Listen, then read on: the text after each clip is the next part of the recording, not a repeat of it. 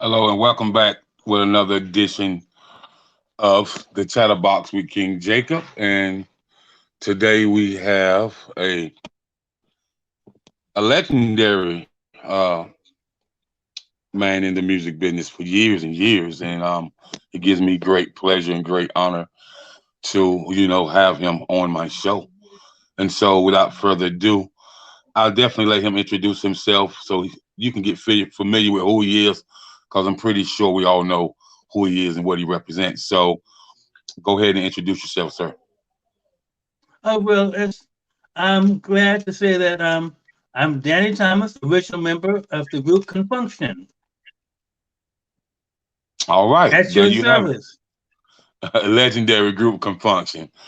So, Mr. Thomas, before we get in, I just want to tell you that I want to thank you for coming on my show, and I want to thank you for still being able to enlighten us young guys on the music industry and how far the music industry has came. So let's talk about when you first found out that you had a love for music. How old were you then? Well, I was probably around in the fourth grade. I used to play for my fourth grade class, zero period. Mm-hmm. No, actually, with my sixth grade, zero period. And I had a piano. Everybody would tell jokes. We have different routines that we would do. And everybody enjoyed listening to me play the piano. And it was fun and everything. So I liked the attention. So it pulled me into music. Matter of fact, I've been documented for my sixth grade. It's like a yearbook saying that I wanted to be on the Ed Sullivan Show in the sixth grade. Okay. So upon that, you found out that you had love for music. So at what age did you really take it serious when you figured out this is something you want to do for the rest of your life? A good question. I'll never forget it. My parents and my family had a Christmas party when I was in junior high school. I must have been around in the ninth grade. And my cousin played the drums. He had a pen. We'd always go over his house and jam. I would just jam for fun, right? And so my parents said they wanted to hire us to play for the Christmas party. And they were going to pay us. They said, put together a band, we'll pay you. And so we did, man. We worked hard. We practiced for about a month. Okay, learned some songs and everything, put a little snap together. And It was a blast. We played, had fun. Everybody enjoyed it, had a great time. And we got paid. And I said, wow. I said, this is fun. I said, if I can do this and have fun and make money, this is something I need to check into. So my cousin wasn't serious about, starting a band or anything. But I said, when I get in high school, I'll be able to find some serious musicians and we'll start a band. Mm-hmm. And it happened like the second day of school in high school, Vallejo High. I ran to Mike Cooper in the piano room. And he asked me, did I want to start a band? I said, yes. And it's all history. Wow. So upon that, tell me about those high school days and all the shows you did, when you was in high school. And from that, tell me about the movement of it, because you came up in an era where people played instruments and people really sung. You know, they really, know the notes and whatnot, and they it seems like everybody in those bands back in the day could sing. You know, they can sing something. Yeah. So tell me about when you guys formed the band, and how did you guys take that to the next level upon being in high school? Oh, well, quite interesting because when we formed the band, it was just simply to play music. We wasn't interested in getting a record deal. We weren't thinking about being professional, nothing like that. We was just trying to play music to the best of our ability. Um, Mm-hmm. so, but one thing led to another. Because, like I said, the love of the music kept us together. It kept us tight. It made us want to rehearse. And we come from very modest beginnings. None of our parents were rich or anything, Mm-hmm. so we didn't have a whole lot of equipment. When we first started playing, we would play talent shows and we would win and get little first place prizes anywhere from $50 to maybe a couple of hundred, maybe. And we'll put that money in a kitty and we'll save up and we'll buy. The first thing we bought was an electric organ Mm-hmm. because I had acoustic piano at home, and I was lucky I was able to play in the little community centers and stuff. But we would have the talent shows. There always was a piano there, Mm-hmm. but and so I made the best of what was due. But the first thing, and the drummer Lewis had a set of drums, and we made do. We had the first thing we actually bought was a speaker, 18-inch speaker for the bass and guitar could both play out of. Right. Okay. So after we won a couple of talent shows, then we bought a Thomas organ.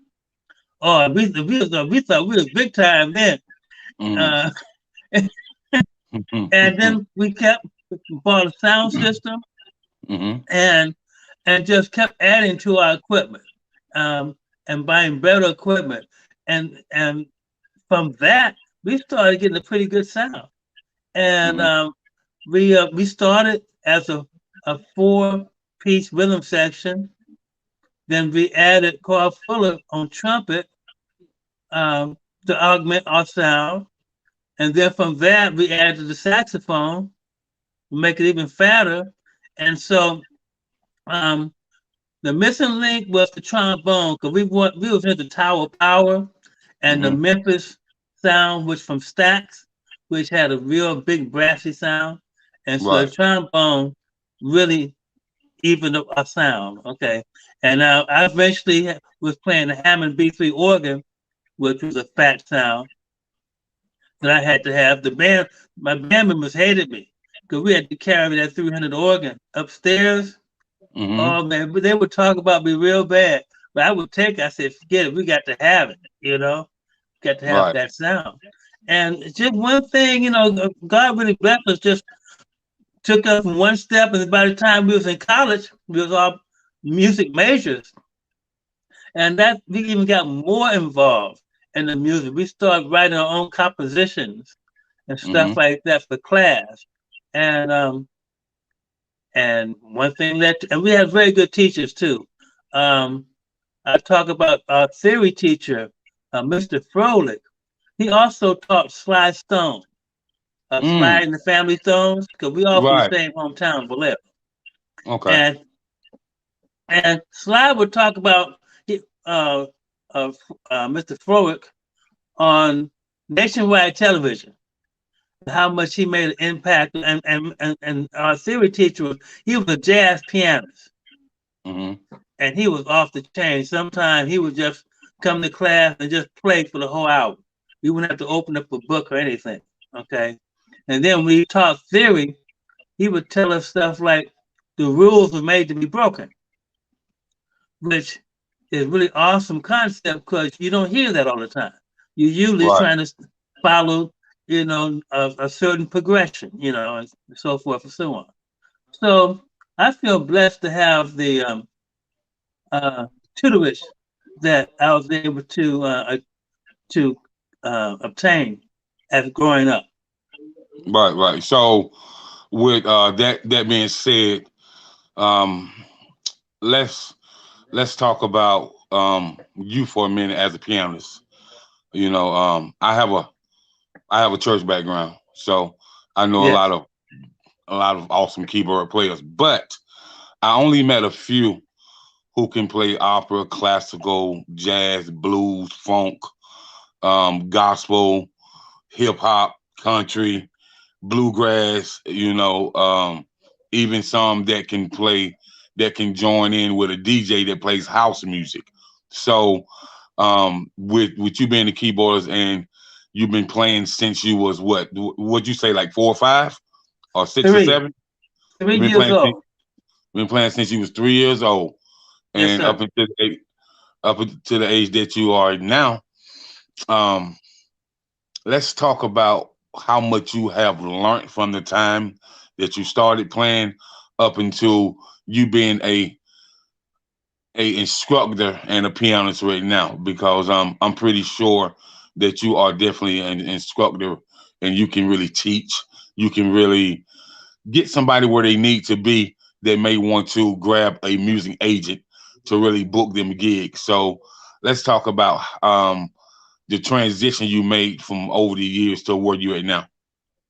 Well, it's quite interesting because by me, um, when I got involved in when Confunction originally discontinued, Mm-hmm. and I took like a year off from music, because Uh-huh. it kind of happened quite abruptly, but things happen. But I got pushed right back into it, as always. Right. And when I started connecting with bands, I I came in as a capacity as music director because a lot of these bands, they um I probably had more experience than most of the musicians there. And by me playing keyboard, I knew the whole orchestration of what the bass was doing, what the guitar, what everybody's doing, right? Or what they Right. should be doing. Okay, Right. so I would, I started just voluntarily, you know, directing the band. Okay, um, from tuning the guitars to making sure that the chords was correct. And Mm-hmm. so, um, my band leader, my first band leader, said, "Well, I need to compensate you for this, because you don't have to be spending your time with, doing this."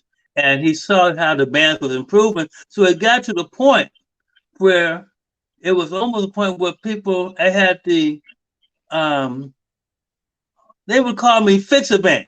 Okay, I mean, people would come to me and say, "I need you to fix my band." Okay, so I say, and I mean, these were bands that had a lot of talent. They just needed a little fine tuning. Okay, Mm-hmm. um, and a little bit of discipline. Okay, because as far as confunction, that's one thing we had. None of us was just like great musicians. I mean, we were pretty good. We could hold our own, but we practiced and we worked hard.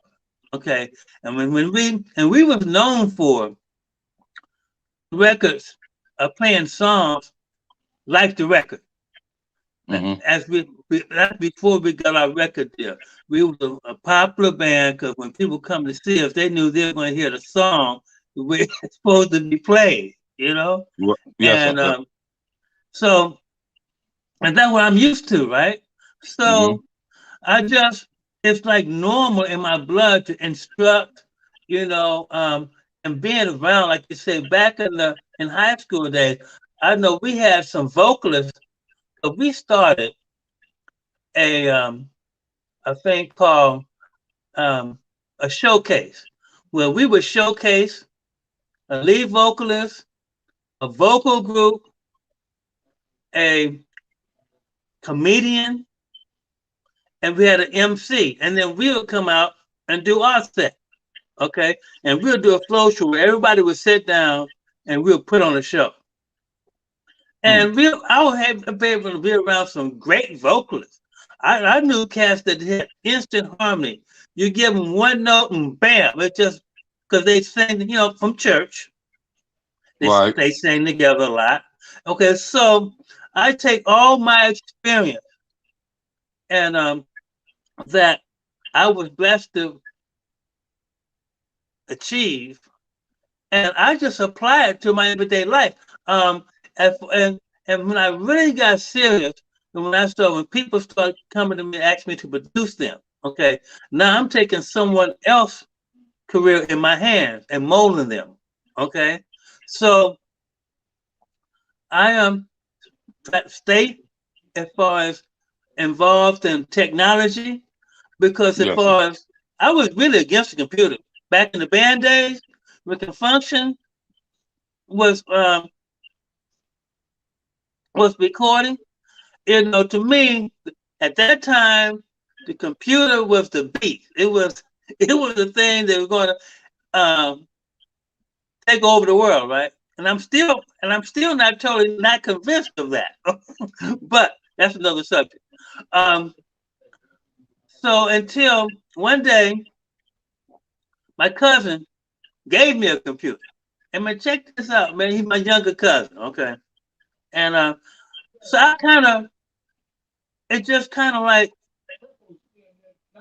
just picked it up very easily. It just came to me, all the different computer jargon and stuff. Because actually I had a keyboard that was a mini computer that spoke the same language. Anyway, so once I found out the only thing the computer would ask you is, are you sure?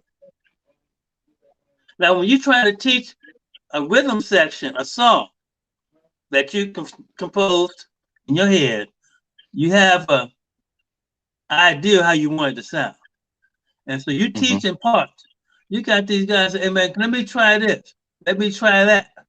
Okay, well, fine. We can try that, but let me hear what I want to hear first.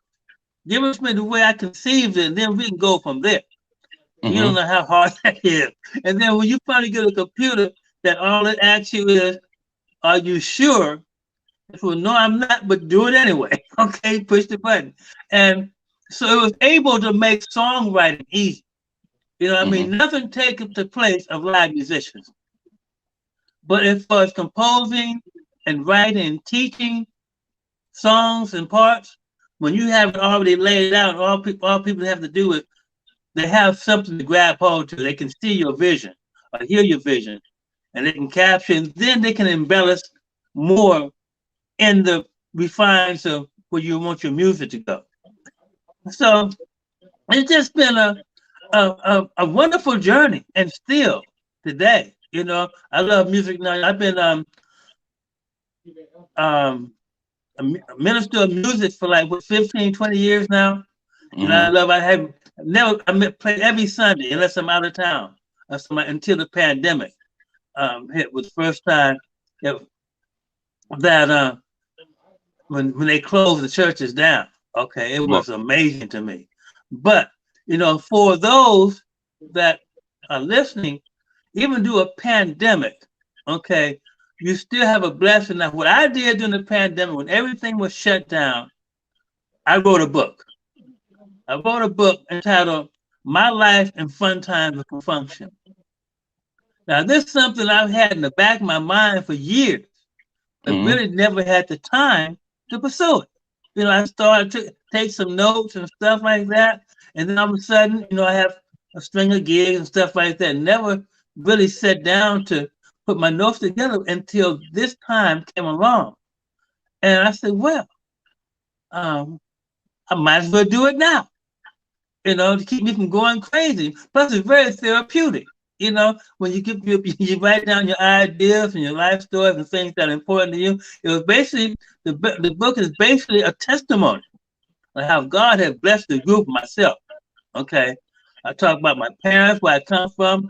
What it wasn't for them, of course, none of this would have happened, okay, with me. So my upbringing and stuff like that. And I tell some crucial stories about the band, how we got started, a lot of things that I talk about in my interviews. But I tell stories how our first major gig almost never happened. Okay, because we almost didn't make the gig. Okay, but you know you had to be there. You had to read the book. And I tell about the wonderful tours that we used to go on. I mean, like our first major tour, we opened up for um, the let's see, who was that now? Um, the Emotion.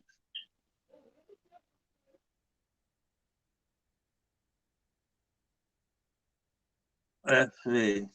I tell this story all the time, and now I have to take notes. Um, but it was us from the Soul Children as their show band, Bobby Womack, the Staple Singers, the Emotions, another band called this out of Chicago, where there was a Bootsy clone, you know, funkadelic clone. They had the wild, you know, costumes and everything. And to see how these musicians used to battle on stage and the things that they used to do, the old school mentality compared to what we were, you know, being new school, because we were just, you know, back in the day, musicians were really serious about the stage. You know, they might even get into a fight every now and then, okay? Whereas the new school, we said, we're going to do our thing, let you do your thing. We want everybody to come up, right? So that was our mentality. So I just give all the glory and give to God, because I can't take credit for anything. You know, I just feel like I'm blessed to be able to still be here, because statistically, I'm probably not even going to be here doing what I'm doing. Okay, you know, a black man at my age, you know, come from my background. We are dinosaurs, and a lot of us left. Okay, right. but I'm blessed to have my health and strength, and still working. So, tell me about how the legendary group was formed, and you know, and how did y'all keep it like glue for so long? Well, the group started 12th grade of high school in my garage. Okay. Me and Mike Cooper met. Michael introduced me to Lewis McCall, the drummer, and then we had Mike Wilson on guitar, which he was already planned. Was destined to go away to college. He had a scholarship, and as a matter of fact, he's the coach at my high school that I graduated from right now. And so we ended up, you know, serve band, bass guitarist, and we met Cedric, and we interviewed the different musicians until we got the 7-man clique that we, you know, used, you know, what we settled with which was our perfect sound for us. We augmented our sound as the group progressed. We maybe added a horn player, added percussionist and stuff like that. But the group was basically founded as 7 musicians. And what was the question again? How did that legendary band get started, and how did y'all keep it so tight? Because y'all was together for a long, long time. A long time. We started 12th grade in high school. Right. So with so many people in one band, it's amazing how y'all kept it together tight like glue, and y'all definitely did a lot of different tours with a lot of different people, and a lot of the songs are on some legendary soundtracks as well.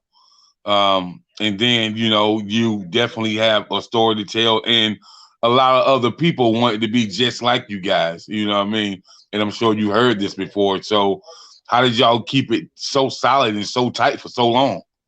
And bless their hearts. Well, I tell you, the number one thing was the love for music. We all had a great love and respect for music. Second of all, we had a mutual respect for each other. Okay, because you can't have anything unless you have respect within the group. Okay, so we were organized, we carried this, we ran ourselves as a business. Okay, we had group meetings, we had talks. If anybody had a problem, okay, we talked it out. Mm-hmm. And when, but luckily for us, once we did the downbeat and we count the song out, everything cleared up. I mean, the music took over. Okay, and that happened for the whole like 30, 40 years that the group maintained a group.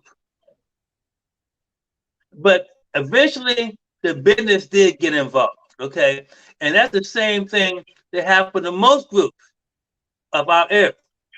The business get involved. Okay, because it's like R&B bands don't get the same type of deals that your pop groups get. Okay, right. So it's kind of, you're always struggling. You're always pushing. You're always trying to figure out how to make more money. Okay, that's why a lot of R&B bands, the lead singer goes solo, because he figured, hey, I can make more money this way. That's that's probably the number one reason I was thinking. Unless I mean, because you have to have an ego to be a musician. Okay, you have to have, but it's most time it's a controlled ego. Like, I don't have no ego. I don't be tripping. Okay, myself. I just matter of fact, I guess because I play piano, I like to accompany. I have never been an upfront type guy. Okay, up until my later years, after I got grandkids, I'm a great grandfather now, and I'm trying to leave something for my kids. So I had to step out and do kind of, push, put out a solo album and promote my music and just use all my knowledge to put people together and produce good music so we can continue on. But I can't take any credit for it. I give the group had a bunch of good guys in it, and the group is still the guys that involved in it are good, solid, level-headed guys. Okay, right. We never had no really crazy people in the band doing weird stuff. Okay, so it really wasn't hard as long as we kept mutual respect for everybody as men. Okay. Right. Okay. So the elements of music, as far as the vocals, as far as the songwriting, as far as the producing, the arranging, and as far as understanding the contractual agreements, understanding publishing, understanding what goes on in tour management and road management. So can you break down for some of the younger artists, what it means to have studio presence and to have clear vocals and to really understand what your vocal ability means to a target market audience?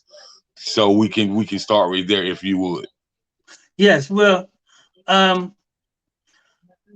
it's very important to be able to master your art, your craft. We're kind of lucky. We started off as a 4-piece rhythm section. And as a matter of fact, my mother, we were doing good. We were running talent shows and all that stuff. But she told us one day, you guys are going to have to learn how to sing. Okay, if you really want to get over the top, okay, you guys need to sing. And so we listened to her and everything, but Mike Cooper took her to heart. And he went home and he came back and he learned some songs, started singing, and lo and behold, that boy can sing. Okay, so that's the bottom line. You have to have talent. Okay, but you have a lot of talented people out here that would never cut a record because that's the first thing on me. You have to have talent, but you have to have much more. Like I said, you have to be dedicated to the business. You have to learn the business. You have to be blessed to be able to write songs. If you can't write songs, contract people to write songs for you. Okay, and then you have to have, once you get the music down, once you get your skill and you practice and you rehearse, you get tight on your, and you get your music done. Now you got to find someone to represent you in the business world. Okay, as far as a music attorney, I suggest is step one. If a management is very helpful, okay, but I come from the school is where you manage yourself until the business gets so big you can't manage it anymore. It overwhelms. It's too big for you. Okay, so then you have to turn it over to someone else. But see, you have to be able to, before you can turn your business over to someone else, you got to have a business. And you got to run it. You got to know how it should be. It's running. This how you got it going. Okay. Now we want to take it to the next level. Okay, in order to do that, you have to be involved in the business and know the business. You have to read up. We learned by us being fortunate to get a record deal early in the game. We learned about publishing. We learned about copyrights, and which are very important. This music business 101. Copyright. First thing you do, you copyright everything, and you start your publishing company. And because most people are trying to get into your publishing, but it's up to you to know your bargaining power, because regardless, a record deal is what is in the T's and the dotted I's on the writing on that paper. Just to get a record deal doesn't mean anything. It depends. It's how that contract is written and so forth. So, there's companies that have signed artists just to hold them back, to keep them from contrasting with a group they already got signed. Right. So you might be better than the people that they have. But so no, we can't let these guys get out there because we're going to sign them and put them on the ship. That stuff actually happens. So you have to be very aware of the people that you're working with in this business. We were blessed. We had Taurus Productions, which were the biggest promoters in the United States, black promoters. They took everybody. Earth, Wind and Fire, Commodore, brought out Prince, and they took us under their wing. And matter of fact, when we signed with Taurus Production, actually we signed with Clarence Jones, which he was affiliated with Taurus Productions. Okay, so because technically, a promoter. It was a conflict of interest for a promoter to manage a group. But we did it, and we received quite a bit of success. And shortly after we did it, Frankie Beverly and Mays hired our management to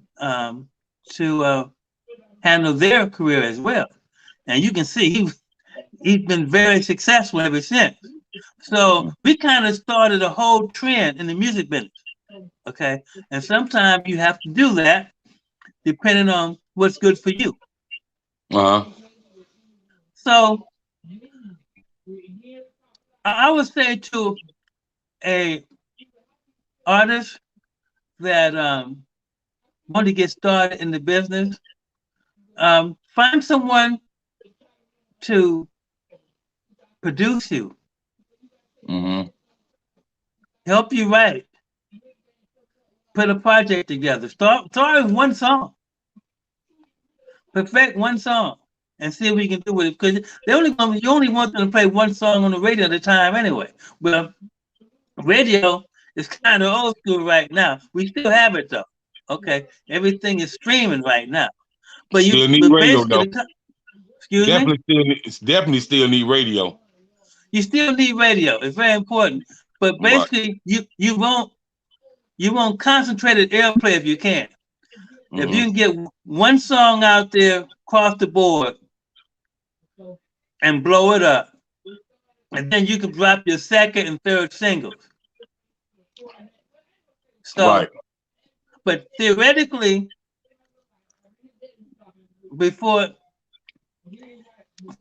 speaking, they tell you to put together an album and then pull from that, because you have the material together. You have your material. You not have to be trying to put together material together. So that's theoretically, that's how it goes. Right. So let's talk about another element.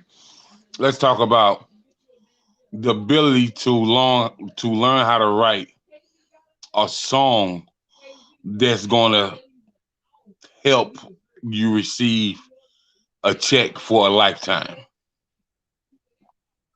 Well, that's called talent. See, everybody is not a songwriter. Mm-hmm. And everybody can't sing. Everybody can't play. You got different situations for every situation, okay? So, but if I'm a singer and I find a songwriter. Like I said, I write music, right? I write songs. I do a lot of collaborating, because for me to write a song all by myself without being inspired, because see, music is an inspiration. It's a gift from God to me. Okay, I wake up in the middle of the night with a song. I have to write down the lyrics and stuff like that, because stuff just comes to me. You know, it's not like constructing a building. Okay, an architect. You put this, you draw your lines, put stuff together, and theoretically, as inspiration. Okay, these hit songs are inspired to these people, and so you have to find someone. Like I find someone. What I usually do is come with the beat, and I come up with the title. I'll come with the hook. I'm a hook man. Okay. Because that's when I listen to music, that's what I listen to, the hook. Okay. Verses, they find I will finally get around to the verses, unless they really cold. Okay. And I love great verses once I get to them. But I'm a hook man. So, and then I find someone that loves to write. Someone that loves writing and have great lyrics. Okay. Once I find that combination, I'll put some beat to it. Trust me. Okay. So there's different ways to come up with your music. Okay. And so let's talk about what you do, the art form of producing, arranging, and how that goes hand in hand with the songwriter and the vocalist, because the producers make things happen.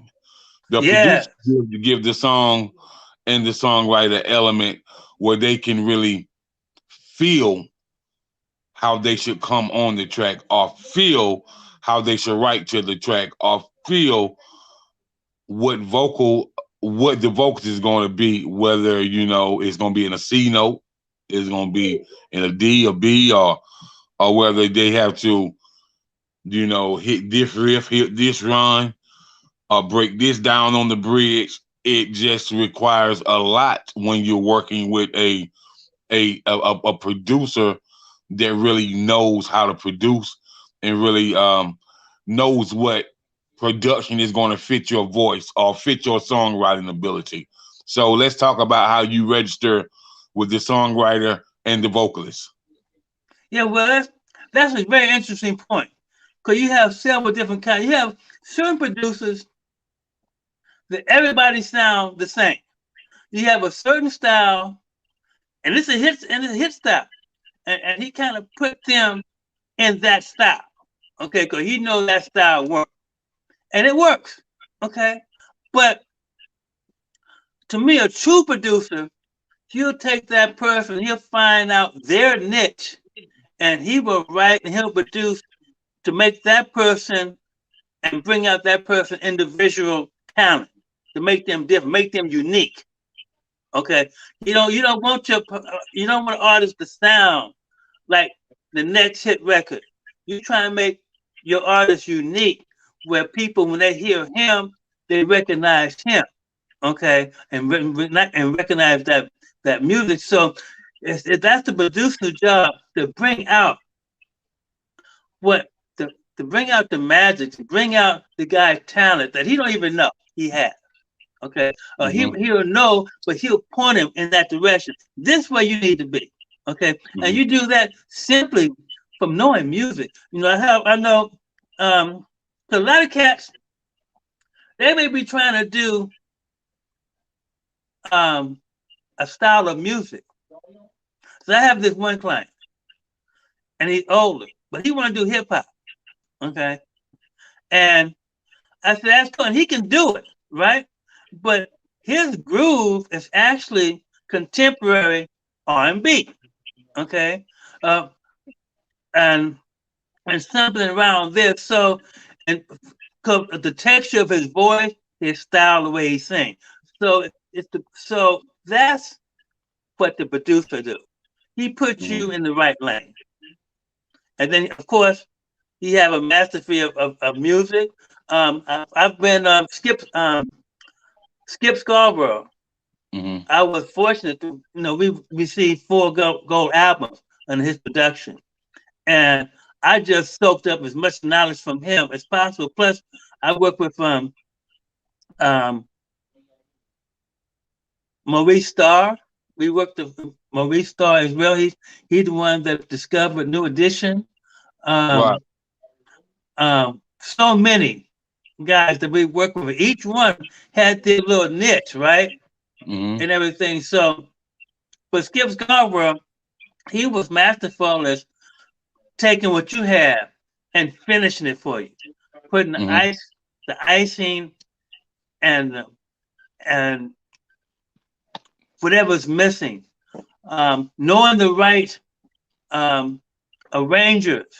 Because back in those days, we would cut the rhythm track, then we send our stuff to LA and have real strings and horns, orchestra put on, right?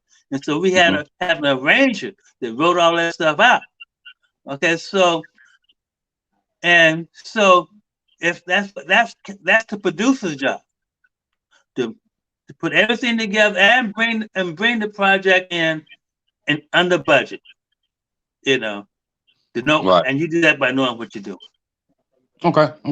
So now, upon us answering this about the songwriter and the vocalist and the producing, I want to know, man, because you came up in the era where it was a lot going on with the Black culture, and so with that being said, how did that music help you navigate through those depression days?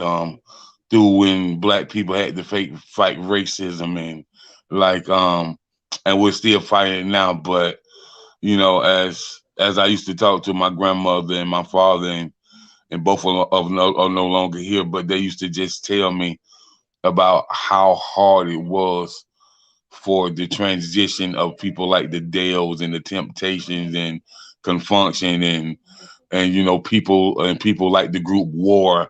And, people like the Marvelettes and the Delphonics, and, they just used to tell me some of the heartbreaking stories that they had to go through to really, get to where they was going. So I'm figuring that Conjunctions have some stories of some things that happened back in the day too, where you be like, ooh, I don't think these young people of today could really, really, really understand what us musicians went through back in those days. Could you talk about that a little bit? Oh, I would love to.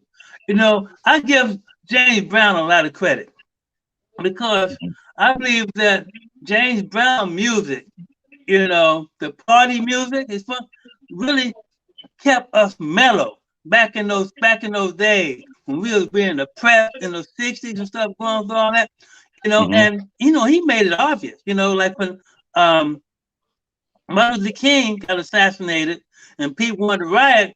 I remember he was doing one concert and he had to calm the people down. Okay.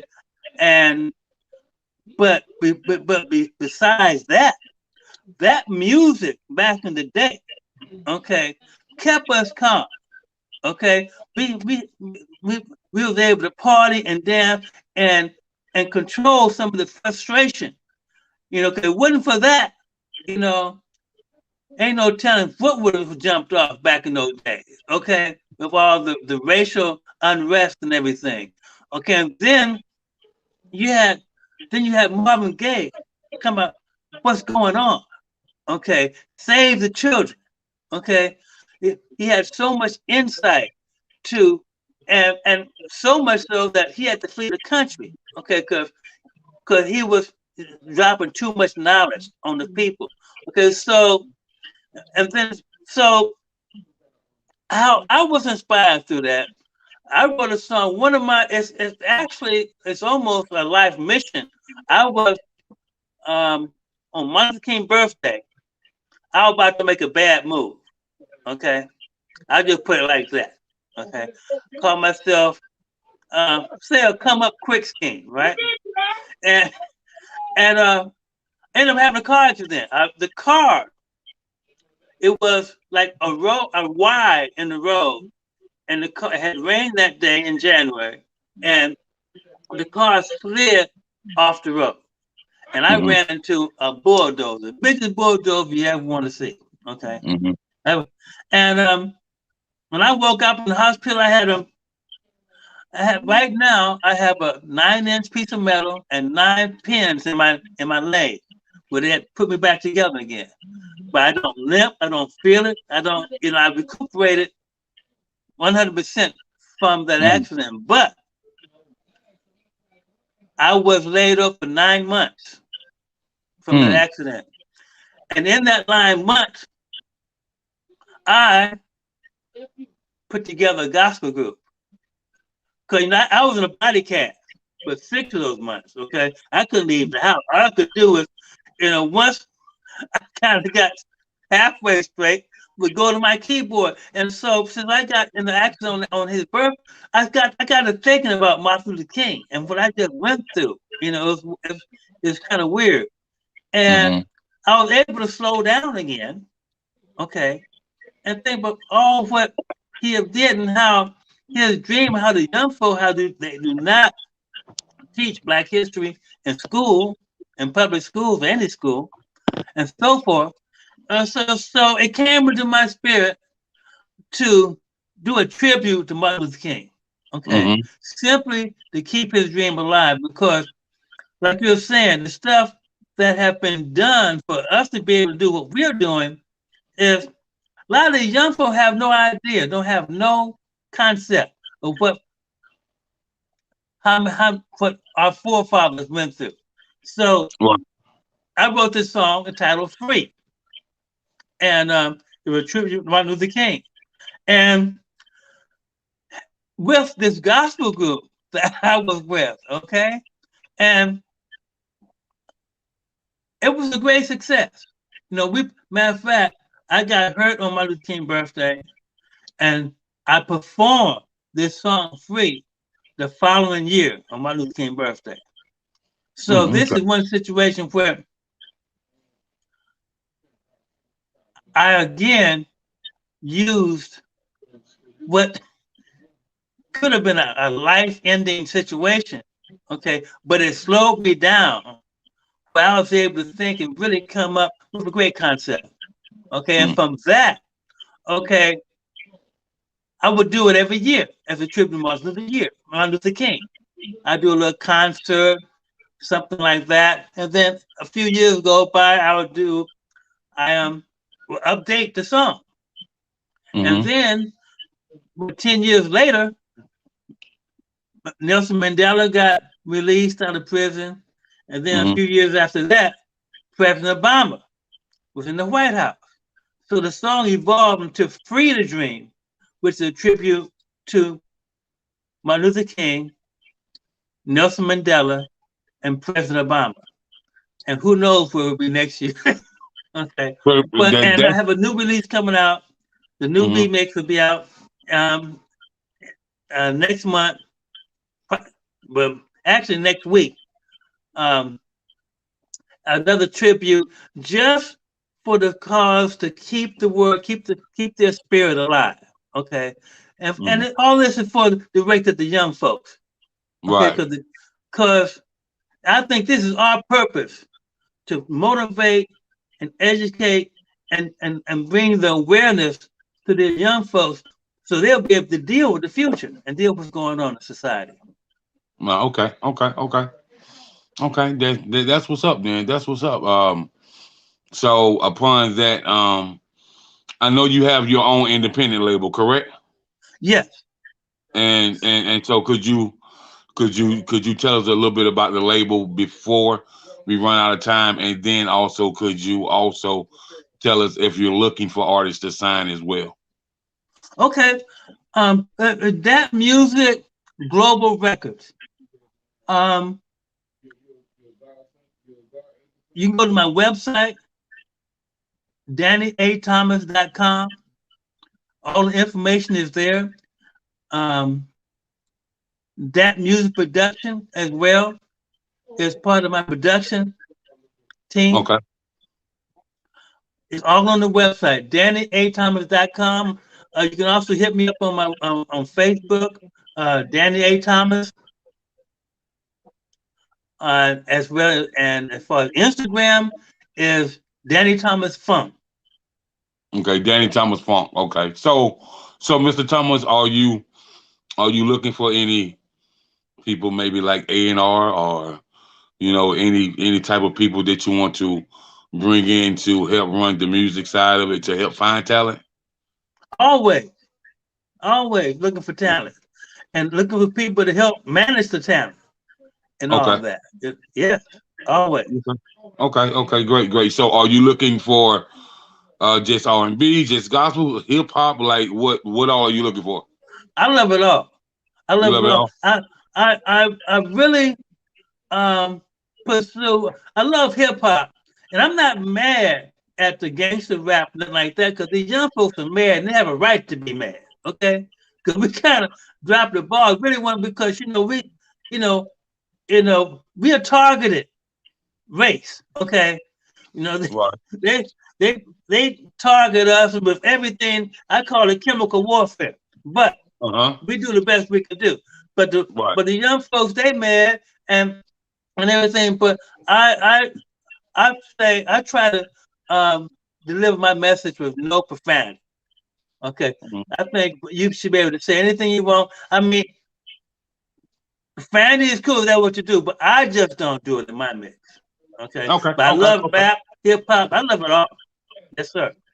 Okay, no problem. So I'll definitely be in touch, and I want to give a shout out to my girl Elle for making this possible, man. She definitely hit me up last week. She said, I have something for you. I have a legendary Mr. Danny Thomas from the group Conjunction. I said, you talking about the group Conjunction that our parents used to listen to, and our grandparents and great uncles and uncles and stuff? She said, yes, correct. So I was like, I grew up off on that, and I remember when my dad used to have the 45 records. You know what I mean? Yeah. And I can remember what they used to call the Capona set. You know what I mean? Back in the day. Go. And I was like, yeah. So that's the music I grew up off of, and I said it would be an honor to have you on here. And I said, man, it'll be an honor to have him on here, but it'll also be an honor to get some insight from him. Since I've been into the music business, managing artists, and now I work for a PR firm, and so I would definitely like to set something up with me, you, and the PR firm where we can have some discussions about your brand and where you want it to go, since this is the next stage of your life when it comes to music. Because you was with one group for 40 years, so that's remarkable. And then I see everything with the RIAA and and all the gold records and the book and stuff like that. And I'm pretty sure the book can be a biop or even a TV series, and just some other things I want to talk. Just some other things I want to talk with you about off camera. You know what I mean? So, but I would definitely be in touch with you, and I just want you to give a shout out and just tell people where they can go find. Well, you already told me where they go find it, but tell people, about your progression and why you didn't give up and why they need to know that they can always have a chance. Well, thank you for that. I would love to, because, I actually wrote a song about it. Never give up. But like, life will beat you down. Only the strong survive.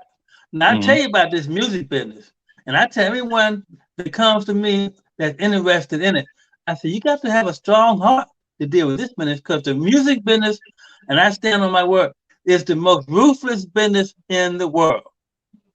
One, because it's so much, it's $1 billion business for one thing.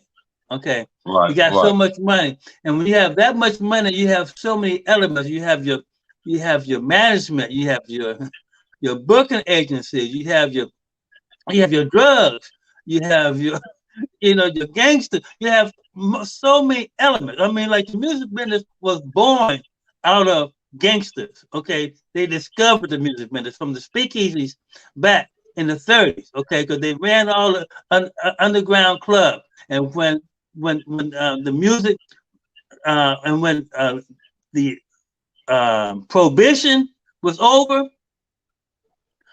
they came, they made everything legit. Okay, so the same people that run the underground club became legit. So, but neither here nor there. Okay, it's a wonderful business. If you want to get involved in it, you got to know the business. Okay, and then you have to have pride in your art, your skills.